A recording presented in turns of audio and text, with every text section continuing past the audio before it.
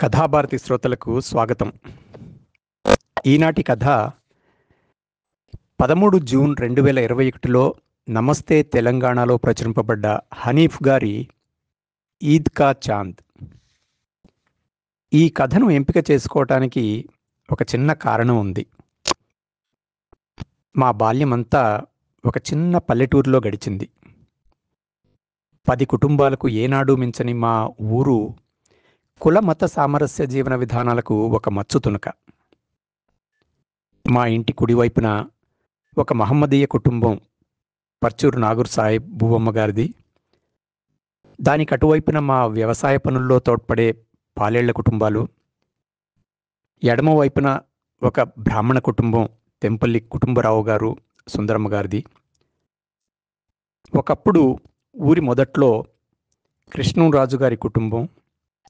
ఇలా అనేక కులాల మతాల సామరస్యంగా అన్నదమ్ముల్లా మెలిగిన మా చిన్న పల్లెటూరు మాకొక మంచి జీవన ప్రామాణికం.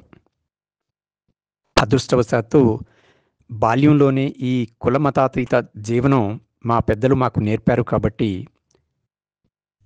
సోషల్ టాలరెన్స్ అంటే సాంఘిక సహనం అనేది పాఠశాల పాఠాలకు ముందుగానే మాకు సౌలభ్యమైంది. అందుకే ఒక తరం మారినా రెండో తరం అనగా నాగూర్ సాహెబ్ గారి పిల్లలు మేము ఇప్పటికీ అన్నదమ్ముల్లా సంబోధించుకుంటూ, ఒకరి మంచి చెడ్డల్ని మరొకరు అప్పుడప్పుడు విచారించుకుంటూ, ఎక్కడ స్థిరపడినా ఎవరి పండగలు ఎప్పుడొచ్చినా శుభాకాంక్షలు చెప్పుకుంటూ గడపడం పరిపాటి అయ్యింది. రాబో వారంలో మొహరం పండుగ వస్తుంది కాబట్టి ఈనాటి ఈ కథా ఎంపిక. రచయిత పరిచయాన్ని కథ చివరిలో చేస్తాను. ముందు కథలోకి వెళ్దాం. ఈద్ కా చాంద్. అమ్మీ, చోటీ ఆగయి. రోట్లో గోరింటాకు నూరుతున్న పనిని ఆపి అమ్మ కూడా గుమ్మం తలుపు వైపు చూసింది. ఇంట్లో ఒక సెకనుకు ముందున్న స్థితికి భిన్నంగా ఏదో ఒక కొత్త ఉత్సాహం వచ్చిన వారిలా ఇంట్లో వాళ్ళంతా హాల్లోకి వచ్చేశారు, రాబోతున్న అతిథికి స్వాగతం చెప్పడానికి. ఆ పాప మొదటి అడుగు ఇంట్లోకి పెట్టగానే అందరూ ఒక్కసారే ముక్త కంఠంతో హ్యాపీ బర్త్డే టు యూ అని చెప్పేశారు. పాపం చిన్నపిల్ల, తట్టుకోలేని సంతోషం అందరిలోకి కరిగి ఒదిగిపోయింది. అదేరా, ఈద్ కా చాంద్ పడమరన ఎలా కనిపిస్తాడో, తారతమ్య భేదాలు లేకుండా అందరి కోసం ఎలా వస్తాడో చోటీ కూడా అంతే, తప్పక వస్తుంది. ఈ వీధి అంతటా వీచే చల్లని గాలి తెమ్మెర అది. అంతొద్దులే, మరీ పైకి ఎత్తేస్తున్నావు దాన్ని. కుళ్ళిన వాసనేదో వస్తోంది ఇంట్లో, కాస్త బయటికెళ్ళరా. అమ్మీ, దాని ముందు నన్నంత చులకనగా తీసి పడేయకు. అనన్య గోరింటాకు సాకుతో ఆ ఇంటికి వచ్చింది. తన రాకను ఇంతలా స్వాగతించారని ఉబ్బి తబ్బిబ్బైపోయింది. ఈ ఇంట్లో తనకు ప్రతి ఏడూ జరిగే సత్కారం, తన పుట్టినరోజు సెలబ్రేషన్స్ పొద్దున్నే జరిపించేశారు. తాతయ్య, నానమ్మ, పిన్నమ్మలు, బాబాయిలు ఎంతగా ఆదరించారని. అబ్బా, నువ్వంటే నాకెంతో ఈర్ష్య. ఒకే రోజు 2 పుట్టినరోజు వేడుకలు నీకేనా అన్నాడు ఖలీల్. అరేయ్, అక్కను అలా అనవచ్చునా, తప్పుగదు అని అందరూ కోప్పడ్డారు. ఎందుకంటే ఆ 2 కుటుంబాలకు తను ఒక్కతే ఆడపిల్ల. పరంధామయ్య పొద్దుటి కాఫీ ఫలహారాలయ్యాక ఇంటి ముందు పందిరి కింద ఉన్న ఈజీ చైర్లో కూర్చుని ఆలోచనల్లో మునిగిపోయాడు. ఇది అతనికి మామూలే. మా 2 కుటుంబాల మధ్య స్థితిని ఏమైనా నివారించగలనా అని ఆయన ఆలోచిస్తూ ఉంటాడు. కానీ దాన్ని ఎలా మొదలెట్టాలి అనే దగ్గరే ఆగిపోతుంటాడు. దీర్ఘాలోచనల్లో పరిష్కారం దొరక్కపోయినా నుదుటి చర్మం మీద ఇష్టమొచ్చినట్లు పిచ్చిగీతలు పెట్టేసుకుంటాడు. అవి పెద్ద తరహాకు నిశానీలుగా మిగిలి ఉన్నాయి. ఈరోజు తన మనవరాలి పుట్టినరోజు. వాళ్ళందరూ మా ఇంటికి రాకుండా ఉంటే ఈ ఆలోచన రావటమే ఆయనకు మింగుడు పడటం లేదు. తానైతే రమ్మనమని ఆహ్వానం పంపాడు.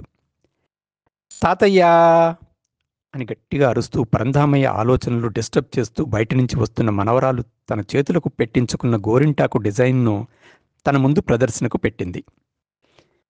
వాటిని చూడగానే బాగుంది బాగుంది అన్నాడు పరంధామయ్య. అనన్య తన పెద్ద కొడుకు కూతురు. ఈవేళ ఆ పాప పుట్టినరోజు. ఈ ఏడాదే 10వ తరగతి పాస్ అయింది. ఎప్పుడు వెళ్ళిందో ఏమో అక్కడికి. పుట్టినరోజనే కాదు, ఏ పండగొచ్చినా పబ్బమొచ్చినా ఆ ఇంటి నుంచే ముస్తాబై రావటం తనకు అలవాటు. ఆ విషయం తెలిసినా ఎక్కడి నుంచి ఈ ముస్తాబు అని అడిగాడు. అబ్బా, తెలియనట్టే అన్ని ఆరాలు, పీరు తాతయ్య వాళ్ళ ఇంటి నుంచే అని చెవిలో గట్టిగా అరిచి ఇంట్లోకి వెళ్ళింది అనన్య. పీర్ సాహెబ్ తనకు చాలా ఇష్టమైన పేరు. తన బాల్య స్నేహితుడు. వాళ్ళిద్దరూ కలిసి పెరిగిన వాళ్ళు. ఒకరికి తెలియని రహస్యాలు వేరొకరి దగ్గర దాగి లేవు. అంతటి ప్రాణమిత్రులు. పీర్ సాహెబ్కు తాత ముత్తాతల నుండి సంక్రమించిన ఆస్తి పిల్లల చదువులకు కర్పూరంలా హరించుకుపోయింది. రెక్కల కష్టానికి తోడు ఓ 4 ఎకరాల భూమి మాత్రం మిగిలింది. 2 కొడుకులు 1 కూతురు. తన మాట వినే 3 సంతానం తర్వాత కుటుంబ నియంత్రణ ఆపరేషన్ చేయించుకున్నాడు. ఆ ఊళ్ళోని ముస్లిం కుటుంబాల్లో ఈ పని చేసిన మొదటివాడు పీర్ సాహెబ్. తనతో పోటీపడి మరీ పిల్లల్ని బాగా చదివించాడు. 3 పెండిళ్ళు చేశాడు. ఊరి వాళ్ళంతా మీవి 2 కుటుంబాలు కావు, ఒకటే కుటుంబం అంటుండేవారు. కానీ ఎవరిదో దిష్టి తగిలింది. చెడు చూపు, చెడు ఆలోచనలు ఆ 2 కుటుంబాలకు చుట్టుకున్నాయి. ఏనాడూ తగువ పడలేదు. ఒకరినొకరు ఎదురుపడి మాటామాట అనుకున్నదీ లేదు. అయినా 2 కుటుంబాలు దూరమవుతున్నాయనే బాధను మాత్రం అనుభవిస్తున్నారు. పరంధామయ్య పెద్ద కొడుకు బాబ్రీ మసీదు కూల్చివేతలో పాల్గొన్నాడు. అప్పటి నుంచే పెడసరంగా మాట్లాడటం, ముస్లిం సమాజాన్ని ద్వేషించటం నేర్చుకున్నాడు. ఈ విషయం పరంధామయ్యకు చాలా కాలం తర్వాత తెలిసింది. రాజకీయాలను కుటుంబాల్లోకి తేవద్దురా అనేవాడు కొడుకుతో. ఆ మాటలను కొడుకు చెవిన పెట్టలేదు. దేశంలో ఎక్కడో ఏదో మూల చిన్న చిన్న సంఘటనలు జరిగినప్పుడల్లా పక్కనున్న తన వాళ్లనే అనుమానంగా చూసేవాడు. ఏదో ఇన్సిడెంట్ జరిగితే అందరినీ దోషులు అనడం తప్పు అని చిన్నపిల్లల్లా వాదులాట పెట్టుకునేవాళ్లు తండ్రి కొడుకులు. ప్రతి సంఘటనకు మేమే శీల పరీక్ష నిర్ధారణ సర్టిఫికెట్ను చేత పట్టుకుని నిలబడటం అవమానంగా ఉంది అని పీర్ సాహెబ్ పిల్లలు బాధపడేవారు. బొక్కెనకు తాడుకు మధ్య బాయి గిలక రాపిడి ఆర్తరావంలాగా ఉండేవి ఆ స్వరాలు. నిజమే కదూ అనుకునేవాడు పరంధామయ్య. కొడుకు మాత్రం తన పిల్లలను పీర్ సాహెబ్ ఇంటివైపు వెళ్లకుండా కట్టడి చేయడానికి చాలా ప్రయత్నాలు చేశాడు. ఆ ప్రయత్నానికి తండ్రి అడ్డుపడుతూనే వచ్చాడు. అందుకే వారిని ఆపలేకపోయాడు. కానీ ఇది ఎంతకాలం నిలుస్తుందో చూడాలి. ఏదేమైనా ఓ 2 మంచి లౌకిక కుటుంబాలు కనుమరుగైపోవటం ప్రారంభమైంది. ఈ విషయంపై కొడుకుతో అనేకసార్లు వాదించాడు కూడా. ఏ రాజైనా ఏ దేశం మీదైనా దండెత్తినప్పుడు సైన్యంతోనే వస్తాడు. ప్రజలను, పిల్లలను, కుటుంబాలను వెంట పెట్టుకుని దండెత్తి రాడు. దేశాన్ని జయించిన తర్వాత తన ప్రజల్ని తరలించడు. తన పాలనలోనే ప్రజలను ఆకట్టుకుంటూ విస్తరిస్తాడు. మొగలాయులు కానీ ఆంగ్లేయులు కానీ చేసిందిదే. ఇందులో ఒకరు శత్రువులుగా మరొకరు మిత్రులుగా ఎలా ఉంటారు? బ్రిటిష్ వాళ్ళు దేశాన్ని పాలించిన కాలమంతా దేశాన్ని పిప్పి చేసి సంపదనంతా తరలించుకుని పోయారు. ముస్లింలు అలా కాదే, ఇక్కడే పుట్టి ఇక్కడే కడతేరిపోయారు. దానికి దాఖలాలు కోకొల్లలు. అయినా ఎవరి మీద శత్రుత్వం కలిగి ఉండాలి? సంపదను కొల్లగొట్టుకుని పోయి దేశాన్ని పిప్పిగా చేసిన వాడి మీదనా, లేక ఇక్కడే పుట్టి ఇక్కడే కడతేరిపోయిన వాళ్ల మీదనా? కష్టనష్టాలు సుఖదుఖాలు పంచుకునే వాళ్లతోనా శత్రుత్వం? మన ప్రజలతోనేనా మనం వైరం? రాజుల సహజ లక్షణం రాజ్యాలు స్థాపించిన మేర తమ ఆలోచనల్ని విశ్వాసాల్ని వ్యాపింపచేయటం. అందులో భాగమే ఇక్కడి ముస్లింలు, క్రిస్టియన్లు. వీళ్ళు పరాయి దేశపు ప్రజలు కారు, ఇక్కడి వారే. కడజాతి వారని, అంటరాని వారని, ఇక్కడి సంస్కృతిలో హేళనకు, అవమానాలకు గురైన అణగారిన ప్రజలు, హీన ప్రజలే అసలైన మూలవాసులు, ఇక్కడి బహుజనులు. అప్పుడెప్పుడో జరిగిన దాన్ని కులమార్పిడి అంటావేమిటి? అప్పటి ఆత్మగౌరవ పరివర్తన తప్పెలా అవుతుంది? నిరక్షరాస్యులు సరే, చదువుకున్నవారు ఈ ఆలోచనలను కలిగి ఉండటం రానున్న కాలంలో పెద్ద మూల్యమే చెల్లించాల్సి వస్తుంది. ఇలా సాగేది కొడుకుతో పరంధామయ్య సంభాషణ. అనేకసార్లు చెప్పి చూసినా కొడుకులో మాత్రం మార్పు రాలేదు. అనన్య వాళ్ల నాన్న ఇంకా ఇంటికి రాలేదు. ఆయన కోసమే ఎదురు చూస్తూ కూర్చున్నది. రోజు వచ్చే సమయానికంటే ఈరోజు ముందే వస్తాడని తనకు గట్టి నమ్మకం. గోరింటాకు పెట్టుకున్న 2 చేతులు శుభ్రంగా కడుక్కుంది. తెల్లటి వంటి ఛాయపై ఎర్రటి రంగు గోరింటాకుతో చేతులు మెరిసిపోతున్నాయి. తనను ముద్దు పెట్టుకునే నెపంతో గోరింటతో పండిన 2 చేతులను ముద్దు పెట్టుకోవటం నాన్నకు అలవాటు. ఈరోజు అదే చేస్తాడని 2 చేతులను కనిపించకుండా చున్నీ చాటునో వీపు వెనకాలో దాచే ప్రయత్నాన్ని రిహార్సల్ చేస్తున్నది అనన్య. ఇదంతా గమనిస్తున్న అమ్మ, ఏమిటే 2 చేతులను ఓణీలో చుట్టేస్తున్నావెందుకు అడిగింది. దానికి అనన్య నవ్వి ఊరుకుంది. ఏమీ లేదులే అని మనసులోని మాట అమ్మతో చెప్పకుండా దాటేసింది. ఇంట్లో అందరూ ఉన్నారు. ఇల్లంతా సందడిగా ఉంది. అనన్య కొత్త బట్టలు తొడుక్కుంది. నాన్న రాగానే కేక్ కటింగ్. నాన్న దగ్గర గిఫ్ట్ అందుకోవాలని ఒకటే ఉబలాటం. ఈసారి పీరు తాత వాళ్ల ఇంటి నుంచి ఎవరూ రాలేదు. అదే వెలితిగా కనిపిస్తున్నది. ఆ లోపం ఉన్నట్టు అందరి మనసుల్లోనూ ఏదో ఓ మూల ఉండే ఉంటుంది. పరంధామయ్య ఇంట్లో అటూ ఇటూ తిరుగుతున్నాడు. మాటిమాటికి అందరూ వచ్చినట్లేనా అని జ్ఞాపకం చేస్తున్నట్టు కేకేస్తున్నాడు. ఇంతలో ఇంటి ముందు స్కూటర్ హారన్ మోగింది. చిన్న కొడుకు తుర్రున వెళ్ళి గేటు తెరిచాడు. నాన్న స్కూటర్ దిగాక హెల్మెట్ అందుకుని, నాన్న వచ్చాడోచ్ అనుకుంటూ ఇంట్లోకి వచ్చాడు. నాన్న కూడా నవ్వుకుంటూ ఇంట్లోకి వస్తూనే, పాపేది అని భార్య వైపు చూస్తూ అడిగాడు. కాస్త ఫ్రెష్ అవ్వండి, పాప వస్తుందిలేండి అందావిడ. తుండుతో ముఖం, చేతులు తుడుచుకుంటూ ఉండగా తన బిడ్డ ఎదురుగా వచ్చి నిల్చున్నది. ఆమెను కొత్త పిల్లను చూసినట్టు కింది నుంచి పైదాకా చూసి, నువ్వు మారావులే అన్నాడు కోపంగా. అందుకే నీ పుట్టినరోజు వచ్చిందంటే అయిష్టత నాకు. ఎంతగా విడమర్చి చెప్పినా చెవిన పెట్టట్లేదు. చిన్నపిల్ల కదా, వింటుందని విడిచిపెడుతుంటే రాను రాను మొండికేస్తున్నావు. అయినా ఇంట్లో ఉన్న పెద్దలకే ఇంగితం లేదు. నిన్ను కట్టడి చేయటం వృధా ప్రయాస అంటూ రుసరుసలాడాడు. తన అయిష్టతను ప్రదర్శిస్తూ నిల్చున్నాడు. తండ్రి కోపాన్ని చూసిన అనన్య అయోమయంగా దిక్కులు చూస్తూ నిల్చుంది. తండ్రి కోపాన్ని తట్టుకోలేక ఏడ్చేసింది.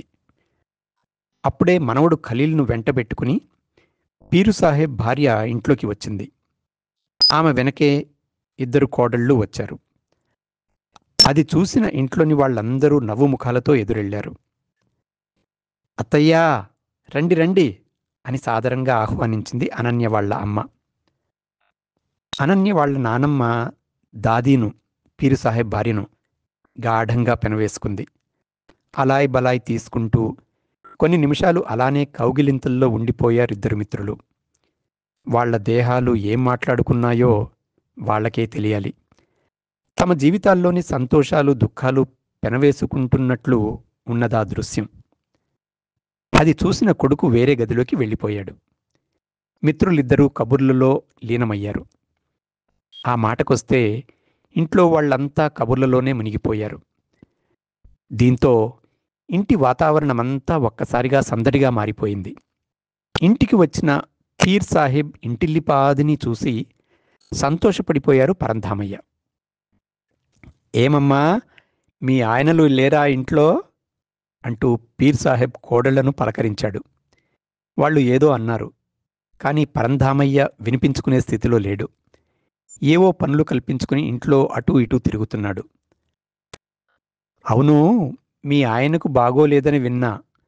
నేను మా ఆయన మా కూతురు ఇంటికి వెళ్ళి నిన్నే వచ్చాం. అందుకే చూడ్డానికి రాలేకపోయాం అని సంజాయిషీ ఇస్తున్నారొకరు.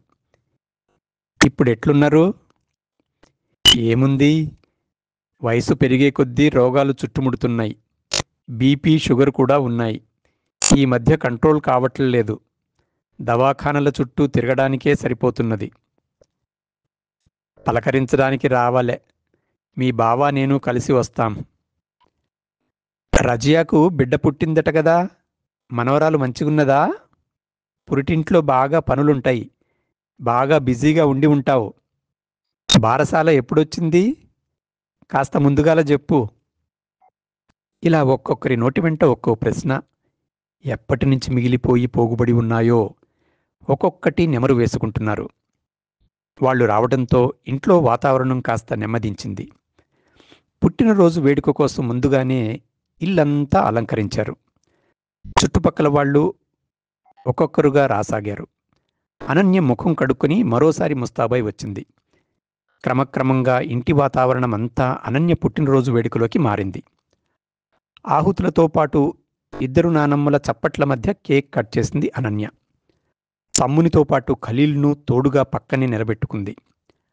అనన్య చేతులకున్న గోరింటాకు మెరుపుతో పాటు ఇంటి అలంకరణ లైట్ల కాంతితో ఇప్పుడు ఆ ఇల్లు అలజడిలో కలలోంచి తేరుకున్నట్లుగా ఉంది. వ్యక్తిగతంగా ఎవరూ ఎవరినీ ఎదురుపడి మాట అనుకున్నది లేదు. ఇంట్లో ఉన్న ఆ ఒక్కడిలోనే ప్రేరేపిత ద్వేషం వేళ్ళూనుకుంటూ వస్తున్నది. ముస్లింల వేషధారణ మీద, ఆహారపు అలవాట్ల మీద, జీవనం విధానం మీద మనసులో పేరుకుపోయిన ద్వేషం గూడు బద్దలు కొట్టుకుని రాజ్యం ఏలుతున్నది. అనన్య తన తండ్రి అయిష్టత నుంచి తేరుకుంది. తన మనసులో తండ్రి గీసిన సరిహద్దు రేఖల మీద దాది రాక వెన్న పూస్తూ బిడ్డను ఓదార్చే ప్రయత్నం చేసింది. బిడ్డకు ఆ ఆప్యాయతలు ఒక దిక్కు, తండ్రి ద్వేషం మరో దిక్కు, పరంధామయ్య తాతయ్య స్వానుభవపు మంచితనం ఇంకో దిక్కు. అనన్యను ట్రాంగిల్ కూడలిలో నిలబెట్టాయి. చుట్టుపక్కల వాళ్ళు వెళ్ళిపోయారు. ఇంట్లో వాళ్లే మిగిలారు. వాతావరణం గుంభనంగా ఉంది. రోజులాగే అయితే టీవీ పెట్టుకుని చూస్తుండేవాళ్ళు. ఇప్పుడు అలా ఏం లేదు. ఆ వాతావరణం నుంచి బయటపడేందుకు అనన్య తల్లి టేబుల్ మీద ఉన్న గిఫ్ట్ ప్యాక్స్ వైపు దృష్టి మరల్చింది. ఎవరేం తెచ్చారోనని చూడటం మొదలుపెట్టింది. భర్త కూడా తోడొచ్చాడు. గ్రీన్ ర్యాపర్లో చుట్టిన చతురస్రాకారపు గిఫ్ట్ ప్యాకెట్ మీద ఆయన దృష్టి పడ్డది. దాన్ని చేతిలోకి తీసుకున్నాడు. బరువుగా ఉంది. ఏముంది ఇందులో అని మనసులో అనుకుంటూనే విప్పదీశాడు. లోపల ఉన్న గిఫ్ట్ను చూసి ఆయన నోటెంట మాట రాలేదు. నిర్ఘాంతపోయి చేతిలో ఉన్న దానివైపే చూస్తున్నాడు. అప్రయత్నంగానే, నాన్నగారు ఇటు రండి అని పిలిచాడు. పరంధామయ్య వెంటనే వచ్చాడు. చేతిలోని పుస్తకాన్ని తండ్రికి అందించాడు కొడుకు. ఆకుపచ్చ రంగు అట్టతో బంగారు వర్ణపు అక్షరాలతో ఉంది ఆ పుస్తకం. చూసి వెంటనే ఖురాన్ అని చదివాడు పరంధామయ్య. తెలుగులోనే ఉంది, ఇది చదువలేవా అంటూ కొడుకును ప్రశ్నించాడు. కొడుకు నోరు మెదపకపోవడంతో మళ్ళీ ఆయనే, ఇది గిఫ్ట్గా ఇచ్చారా, చదువు.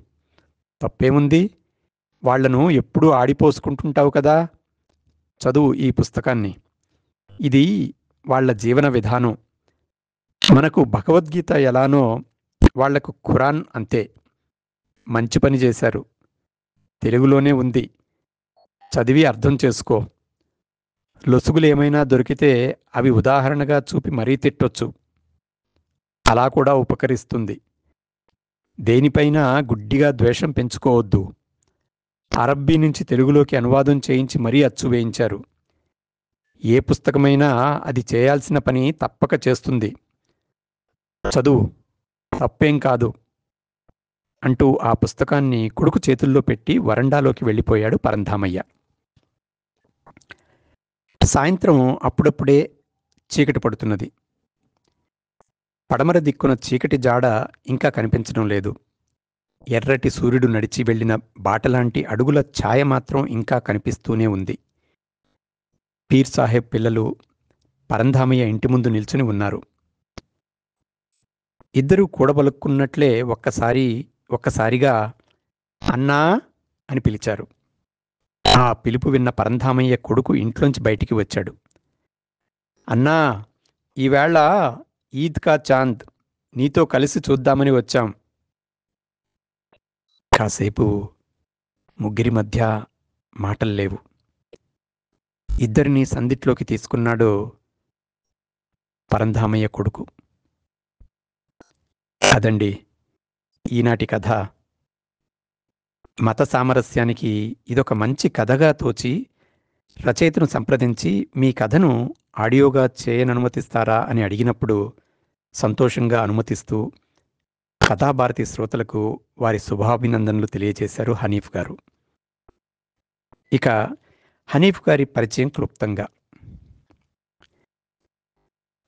హనీఫ్ గారి స్వస్థలం భద్రాద్రి కొత్తగూడెం జిల్లా చండ్రుగొండ మండలం తిప్పనపల్లి. సయ్యద్ భిక్కన్ సాహెబ్ ఇమాంబీ దంపతులకు 1962 ఫిబ్రవరి 2న జన్మించారు. బిఏ పూర్తి చేసిన హనీఫ్ 1990 వరకు వివిధ పత్రికల్లో జర్నలిస్టుగా పనిచేశారు.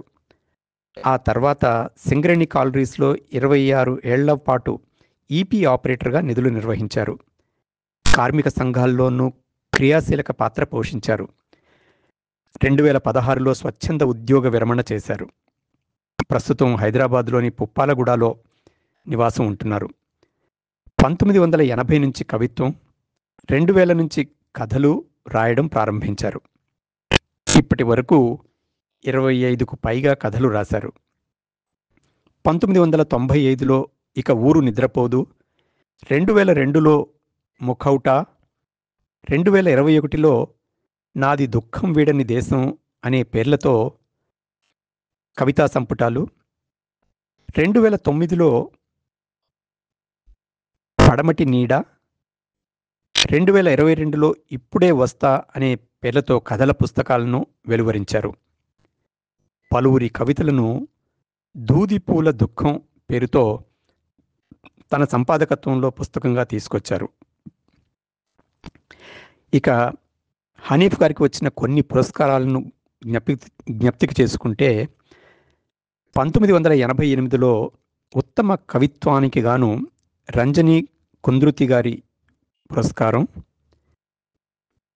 కథానికలకు 2011లో వట్టికోట ఆళ్వార్ స్వామి అవార్డ్, మళ్ళీ 2023లో ఉత్తమ కవితా పురస్కారానికి అర్హులైన హనీఫ్ గారు అభినందనీయులు.